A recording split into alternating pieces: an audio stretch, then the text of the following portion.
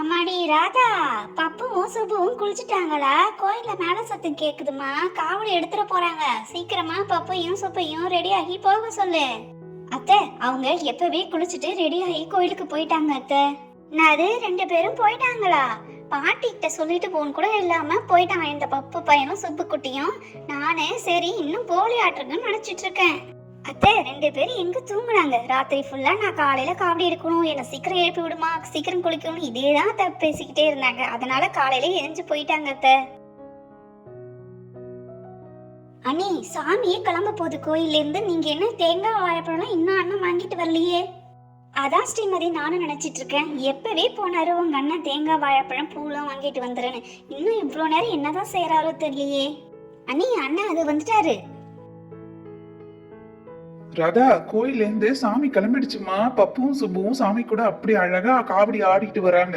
நீ சீக்கிரமா இந்த தேங்காய் வாழைப்பழம் எடுத்து வச்சிரு, கிட்டக்க வந்த பிறகு பதறாத. ஸ்ரீமதி, ராதா, 2 பேரும் மசம் நிக்கிறீங்களே, சீக்கிரமா அந்த தேங்காய் வாழைப்பழம் தட்டுல எடுத்து வைங்க. அதே மாதிரி ஒரு தவளையில தண்ணி பிடிச்சி அதுல கொஞ்சம் பூவெல்லாம் போட்டு வைங்க. சாமி வந்ததும் கீழே தரையில ஊத்துறாதான் சூடு இல்லாம நடக்குவாங்க. இதோ எடுத்து வச்சிடறேன் அத்தை.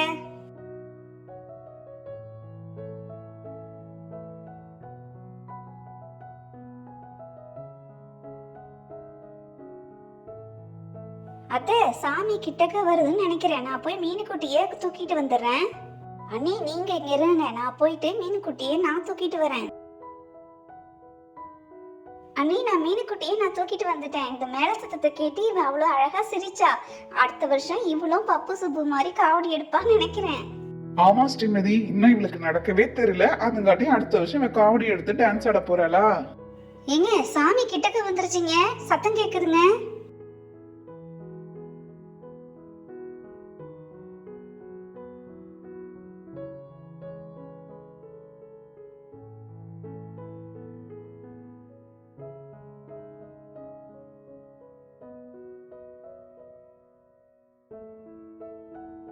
என்ன கண்ணப்பா, தீபாரத்தனை தட்ட அங்கேயே வச்சுட்டு நின்னா எப்படி? இங்க எடுத்துட்டு வந்தாதானே தீபாரத்தனை காட்டலாம்.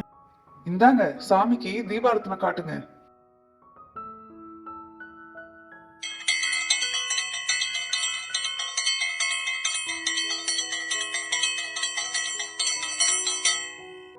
பப்பு சுப்பு, கோயில் எல்லாம் அவ்வளவு அருமையா ஆடுனீங்க. என்ன உங்க வீட்டு வாசப்படியில ஆடாம நீங்க கம்முன்னு இருக்கீங்க? உங்க ஆட்டத்தை போடுங்க.